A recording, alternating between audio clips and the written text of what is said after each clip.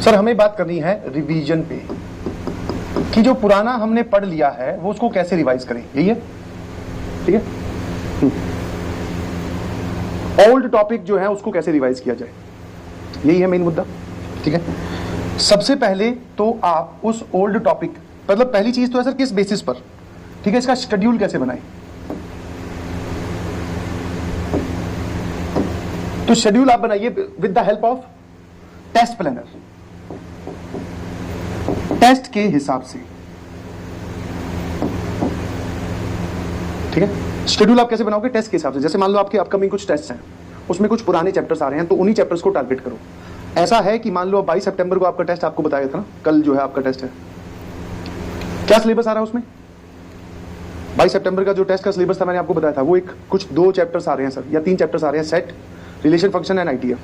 तो rather than कि आप रिवाइज करो शुरू से matrices, determinant, basic mathematics, quadratic, नहीं, वहां नहीं जाना है। Set theory, relation function and ITF आपको रिवाइज करना है। ठीक है ना, ठीक है।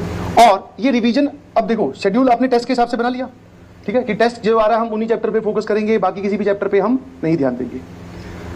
अब सर रिवीजन शेड्यूल बनाने के बाद में अब आते हैं टाइम अलॉटमेंट।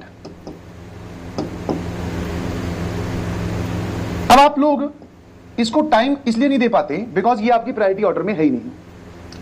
अगर मैं डेली बेसिस की आपके टास्क की बात करूं, अगर मैं डेली बेसिस की आपके टास्क की बात करूं, तो आप लेक्चर्स अटेंड करते हैं, ठीक है, लेक्चर्स आप अटेंड करते हो, फिर उसके बाद में सर नोट्स कंप्लीट करते हो, और उसके बाद में सर हम कुछ प्रैक्टिस करते हैं इफ टाइम अलाउस। इतने में ही सर हमारा जो है वो डेली का पूरा दिन निपट जाता है। सर मैं यही शायद मोटा मोटा है जो मैं बताना चाह रहा हूं।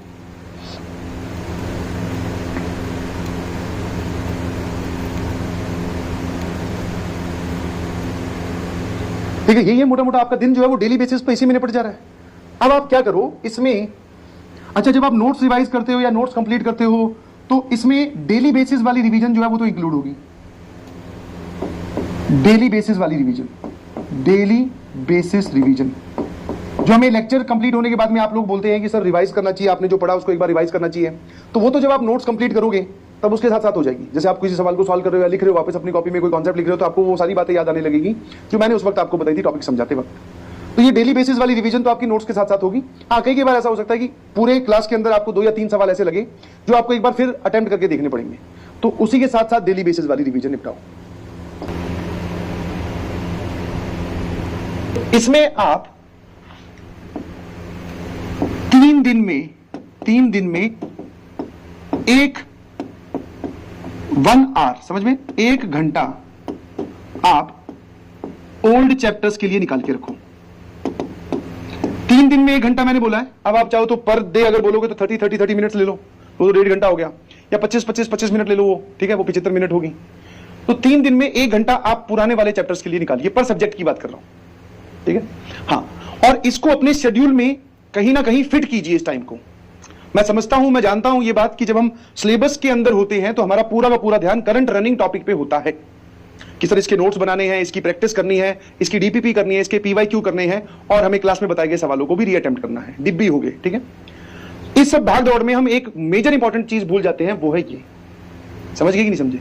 और इसके बेसिस पर जब हम इसको भूल जाते हैं तो फिर क्या है, ये पार्ट इकट्ठा होता रहता है कि 2 चैप्टर रिवाइज नहीं किए, फिर 3 चैप्टर कंप्लीट हो गए, वो नहीं रिवाइज किए, फिर 4 नहीं किए, तो ऐसे क्या इकट्ठा होता जाएगा। तो इसलिए आपको 3 दिन में टोटल मिलाकर पर सब्जेक्ट आपको 1 घंटा निकालना है। मतलब तीनों सब्जेक्ट की अगर आप बात करो तो टोटल आपके पास में 3 दिन में 3 घंटे होने चाहिए। बीच में कहीं पर इसका टाइम निकालिए प्लीज, ठीक है। और आप पाएंगे, देखेंगे कि जैसे आपने ये टाइम अलॉट करना स्टार्ट कर दिया, कि सोने से पहले जब भी हम अपनी स्टडी खत्म करता हूं या करती हूं, तब उससे पहले मैं आधा घंटा रिवाइज करूंगी। और रिवाइज कैसे करना है उस पर भी आता हूं, बट आप पहले इसके लिए स्लॉट फिक्स कीजिए, इसको इग्नोर मत कीजिए, क्योंकि अगर आप इग्नोर करोगे तो रिवाइज कभी कर ही नहीं पाओगे। फिर तुम्हारी आंखें और तुम्हारा बोलते ना मन तब जागेगा जिस दिन टेस्ट आने वाला है, बोले सर कल टेस्ट आज रिवाइज कर लेते हैं। समझ पा रहे हो नहीं समझ पा रहे हो। तो स्लॉट बना के रखिए आप अपने, जहां पे बैठ के पढ़ते हो पहले ही, कि भैया मैं मंडे वेडनेसडे फ्राइडे, या ट्यूसडे थर्सडे सैटरडे, या फिर मंडे ट्यूसडे वेडनेसडे, ये 3 दिन है, इनमें मैं रिवाइज करूंगा ही करूंगा 100%, चाहे कुछ भी हो जाए, चाहे मुझे अपना करंट रनिंग काम को एक बार रोकना पड़े। समझ गए। इतनी स्ट्रिक्टनेस के साथ आप इसको इंप्लांट कीजिए, या फिर इसको इनकलकेट कीजिए, या फिर इसको इंट्रोड्यूस कीजिए अपने डेली रूटीन में। अब सर टाइम कहां से लाएं, हमारे पास में तो ऑलरेडी टाइम की कमी है, हमारी 4 क्लासेस चल रही है, तो मैंने कहा 4 क्लासेस आपकी 3 दिन होती है। जैसे आज आपकी ऑर्गेनिक की क्लास नहीं है, ठीक है, और बाकी 3 दिन भी नहीं होती है। तो जब आपको टाइम मिले तब आपको ये काम करना है। आप पहले से, आपको पता है, पूरा शेड्यूल आपके पास मिल जाता है, आपको पता है कि कहां टाइम मिलने वाला है, वहां पर इसको अलॉट कर दो, है ना? समझ गए कि नहीं समझे? हाँ, ये आपको शेड्यूल बनाकर अलॉट करना पड़ेगा बेटा टाइम, चाहे आपके पास में टाइम है या नहीं है, चाहे आप थोड़ा बहुत इधर उधर से चुरा लो, जो भी आप टाइम वेस्ट करते हो वो आप हटा दीजिए। समझ गए? हाँ, क्योंकि ये निकालना पड़ेगा। फिर ही जब ये आप 3 दिन में 1 घंटा निकालने लग जाओगे तो आपका धीरे धीरे आपको समझ में आएगा कि रिवीजन अब कंप्लीट होता जा रहा है। सर चलो, मंडे से रेगुलर है तो भी कोई बात नहीं है, बट रिवीजन करना पड़ेगा। समझ पा रहे हो? आप मेरी बात अभी भी नहीं समझे।